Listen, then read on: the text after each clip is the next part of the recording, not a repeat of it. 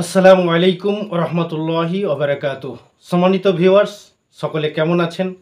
আশা করছি সকলে সুস্থ আছেন এবং সপরিবারে ভালো আছেন। এই দোয়া কামনা করি আল্লাহ রাব্বুল আলামিনের দরবারে।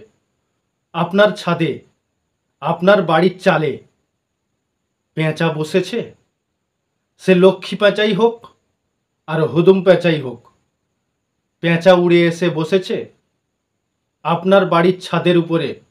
আপনার বাড়ির চালে কোনো কাক বসে ডাকছে এবং অনেকগুলো কাক এক কাছে জড়ো হয়েছে, তাহলে আপনি ভাবছেন যে আপনার বাড়িতে অশান্তি ধরা বাঁধা, আপনার বাড়িতে কোনো একটা মৃত্যু সংবাদ এনেছে ওই পেঁচা।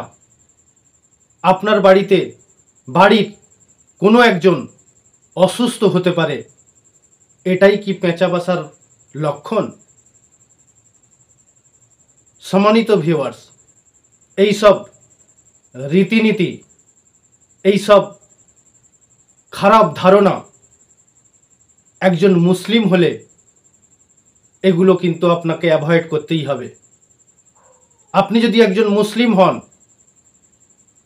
তাহলে এই সব জিনিসকে বিশ্বাস করলে চলবে না। হায়াত মৌত, রোগ বালা মুসিবত বিপদ আপদ একমাত্র আল্লাহই দেনেওয়ালা। আপনার বাড়ির ছাদে পেঁচা বসেছে, পেঁচা আপনার বাড়ির কোনো মৃত্যু সংবাদ এনেছে।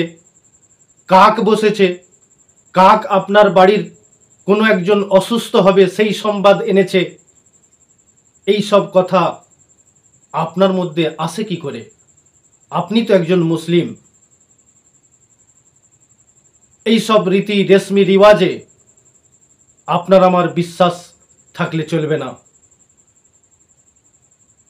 হায়াত মৌত একমাত্র আল্লাহই দেনেওয়ালা।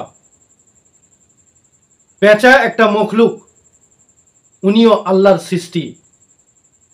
উনি কিভাবে জানতে পারে যে আপনার বাড়িতে মৌত আসবে, আপনার বাড়ির লোক অসুস্থ হবে, আপনার বাড়ির লোকের সঙ্গে অশান্তি করবে, অশান্তি হবে, ঝগড়া হবে? এ সংবাদদাতা ওকে কে দিল? এটা নয়। এসবের মালিক একমাত্র আল্লাহ। আল্লাহ আমাদের সকলকে বোঝার এবং সহি বুঝ দান করুক, আল্লাহুম্মা আমিন।